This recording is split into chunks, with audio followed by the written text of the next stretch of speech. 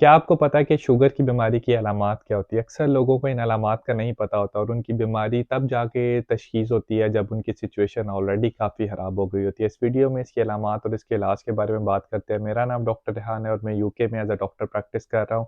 Sugar की बीमारी की अलामात में अक्सर लोगों को बहुत ज़्यादा प्यास का लगना, पेशाब का बहुत ज़्यादा आना, बहुत ज़्यादा थकावट का शिकार रहना, बार-बार पेशाब का इन्फेक्शन होना। अब इन सारी अलामात की अगर पीछे आप साइंस आसान लफ्ज़ों में समझना चाहें, जब आप खाना खाते हैं तो खाने के अंदर मौजूद कार्बोहाइड्रेट या शुगर उसके रिस्पॉन्स में बॉडी पैंक्रियाज जो एक ऑर्गन होता है जिसे लबलबा भी बोलते हैं वहाँ से इंसुलिन प्रोड्यूस करती है। वो लोग जिनको टाइप 1 डायबिटीज़ होती है उनके अंदर इंसुलिन होती नहीं, इसी वजह से उनका ब्लड शुगर हाई हो जाता है। या वो लोग जिनको टाइप 2 डायबिटीज़ होती है उनके अंदर इंसुलिन तो पैंक्रियाज से बनेगी लेकिन इंसुलिन सही तरीके से काम नहीं कर पाएगी। जब आपके खून में ब्लड शुगर की मिकदार ज़्यादा होगी तो गुर्दों के रास्ते ये जो शुगर है वो पेशाब के थ्रू निकलेगी। जब पेशाब के थ्रू निकलेगी तो साथ पानी भी निकलेगा। जिस्म के अंदर पानी की कमी होगी तो आपको प्यास ज़्यादा लगेगी, आप पानी ज़्यादा पिएँगे। जब पेशाब आएगा तो बार-बार आपको वॉशरूम जाना पड़ेगा। अक्सर जब शुगर यूरिन के अंदर ज़्यादा होगी तो आपको पेशाब की नालियों का इन्फेक्शन होने का चांस भी ज़्यादा बढ़ जाएगा। लोगों को किडनी स्टोन्स भी होने का चांसेस बढ़ जाते हैं।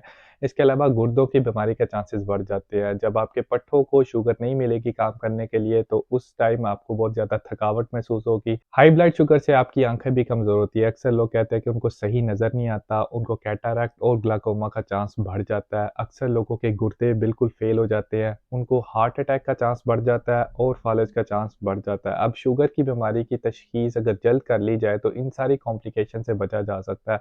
अक्सर लोगों की ब्लड शुगर इतनी हाई होती है कि अगर उनको कोई ज़ख्म हो जाए तो वो भी ठीक नहीं होगा।